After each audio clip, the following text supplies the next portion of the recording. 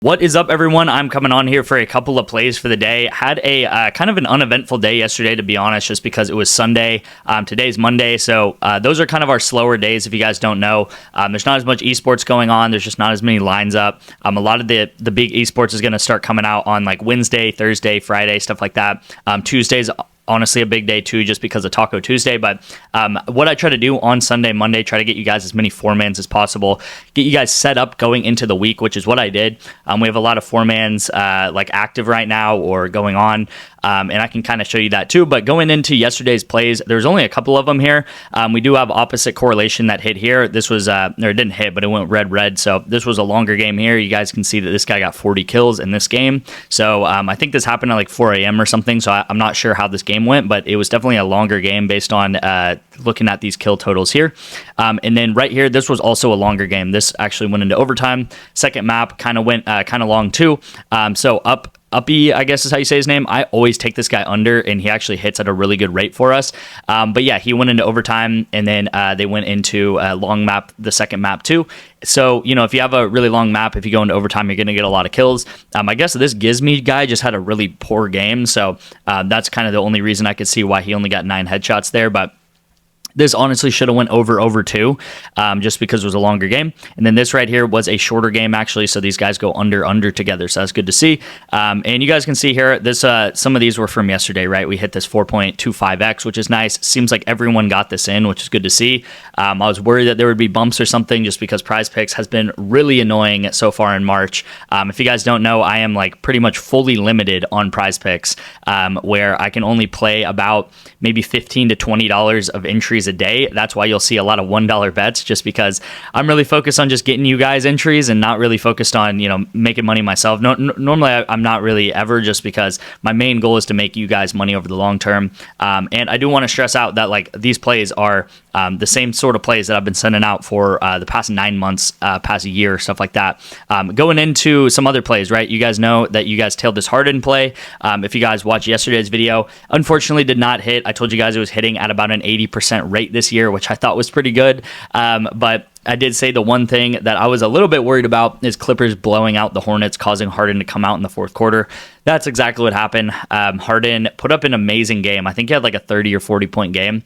And then they blew out the Hornets, obviously, and he does not play all of the fourth quarter right there. So only 2 turnovers on the day. Again, like it's hard for me to say that I hate these entries or like this, you know, is a bad call or something, because if you're hitting something at an 80% rate, I think it's a pretty great play there, to be honest. And, you know, I think, like I said, last time he played the Hornets, he had 6 turnovers. So, yeah, I mean, you know, that's just how the cookie crumbles sometimes. Unfortunately, probably what's going to happen, this guy's going to get like 10 kills or something. So we're going to miss out on that. But, yeah, you know, unfortunate play. And then this was also one of those plays that we had yesterday too.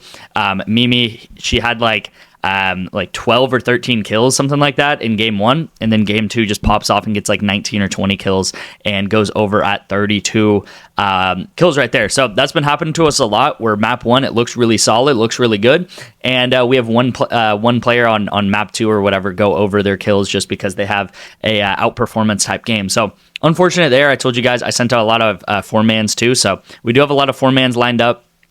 And stuff like that. So I will say also, if you guys don't know, I am over the long term a very profitable bettor. It's definitely been a little bit of a turbulent week, as I've been saying, but today is Monday. Today's the start of a new week, so I'm really excited about that. I did send something out to the VIP that I do want to echo, that like these plays that I send out, these 4-mans, these 2-mans, stuff like that, these are the same exact plays that I was sending in the middle of February, in the end of February, like all these times, right, when we went up more than 100 units. It's the same exact process, the same exact research, everything like that. You guys can actually probably go back 6 months ago, 8 months ago, watch some of my videos. I'll be showing these same graphs. Now the numbers are going to be way lower, just because it was, you know, it was 8 months ago or whatever, but I'm still talking about Counter-Strike. I'm still talking about League of Legends. You know, maybe I'm talking about college football and NFL during those times too. But the bread and butter was still Counter-Strike. We were also doing League of Legends betting. We were doing Call of Duty betting, stuff like that. So you guys, you know, everything is on this channel. It's kind of like an archive, which is really cool. You guys can go back and see, you know, when we were just up 130 units or something, when we were just up, you know, 250 units, right? Which was like probably around this time or something. But you guys can see, you know, in this graph, this is the past past pretty much 10 months of my life, right? This is the past 10 months of sports bets that we've done on this channel, everything on the VIP and on the YouTube plays right here. And the past maybe week hasn't been tracked. It probably looks a little bit like maybe like a dip, something like this or something like that, just because I've been limited and I can't actually track this too well right now, but I'm working on that. We're probably at like maybe 585 units, I would maybe call it, maybe 583, something like that. So we're still definitely doing well and in the green, and some of these little dips are going to happen here and there.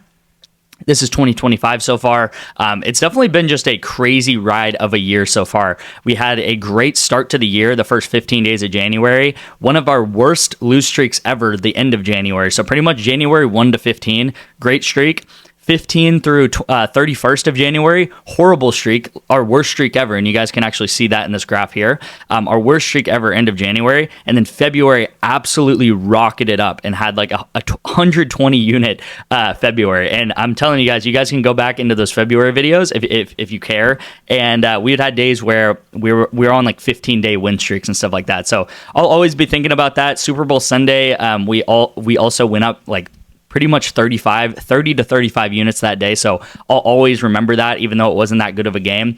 We had 4 or 5 4-mans hit for us on that Super Bowl Sunday day. Great way to end off the 2024 season there. But let's look ahead. Of course, we've never had a losing month on this channel, and I don't plan March to be losing either. So we will bounce back.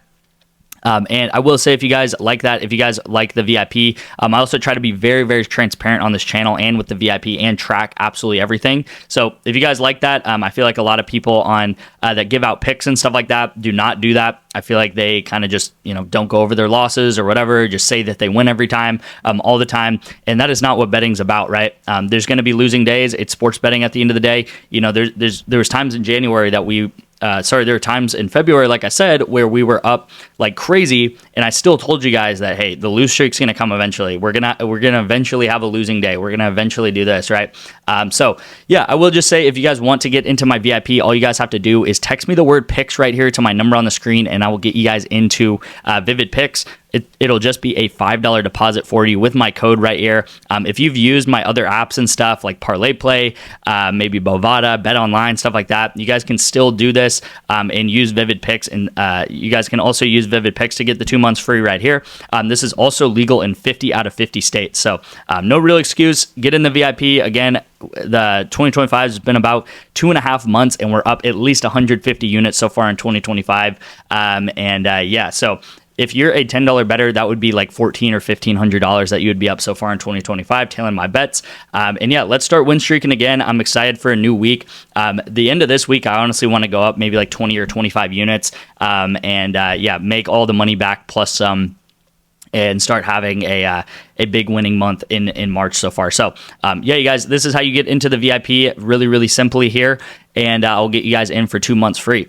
All right, let's get into the plays for the day here. We do have like 2 guys I love to always bet on right here. I love to bet on Luka. I've been favoring his unders other than when LeBron and Rui are out. LeBron is still out, but I do really like his under in this game. Okay, I think 33 is too high. I honestly was about to give SGA under points yesterday, but I ended up not doing it because I thought his line was too high too. I think this is too high for Luka.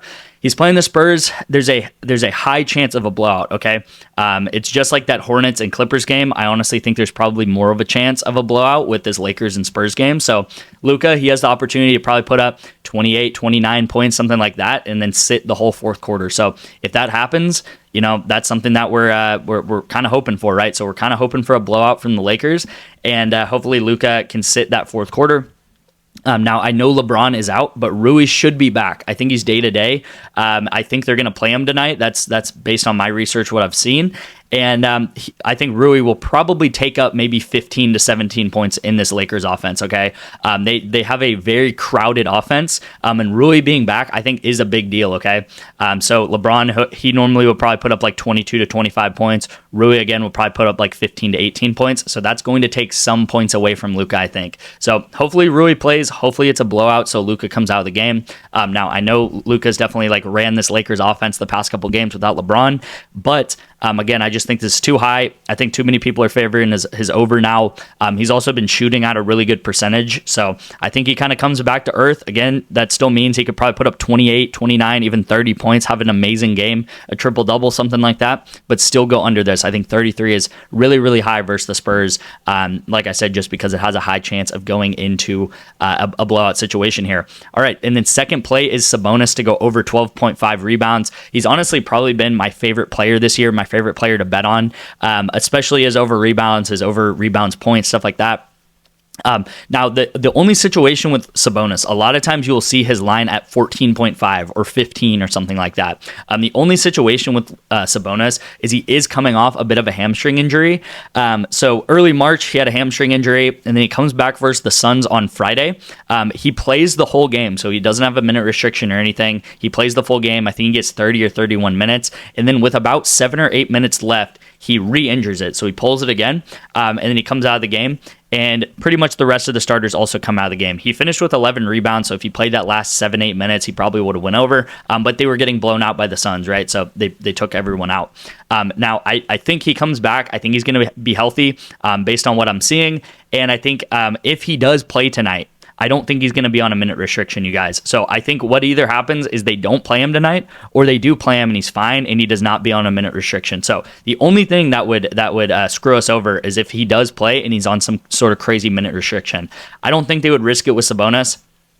I think they either don't play him, which that would just DMP, or he is not on a minute restriction, and I think he easily goes over 12.5 rebounds. Like I said, on any given night, he can put up, he can put up 20 rebounds on any given night, but a lot of times his line will be something like 14 or 14.5. So I think we are getting about like a 1.5 discount on his rebounds just because of the fact that he is like coming off of a slight pull of his hamstring right here, a re-injury of his hamstring. But again, versus the Suns, he looked pretty good other than just re-injuring it at the tail end of that game.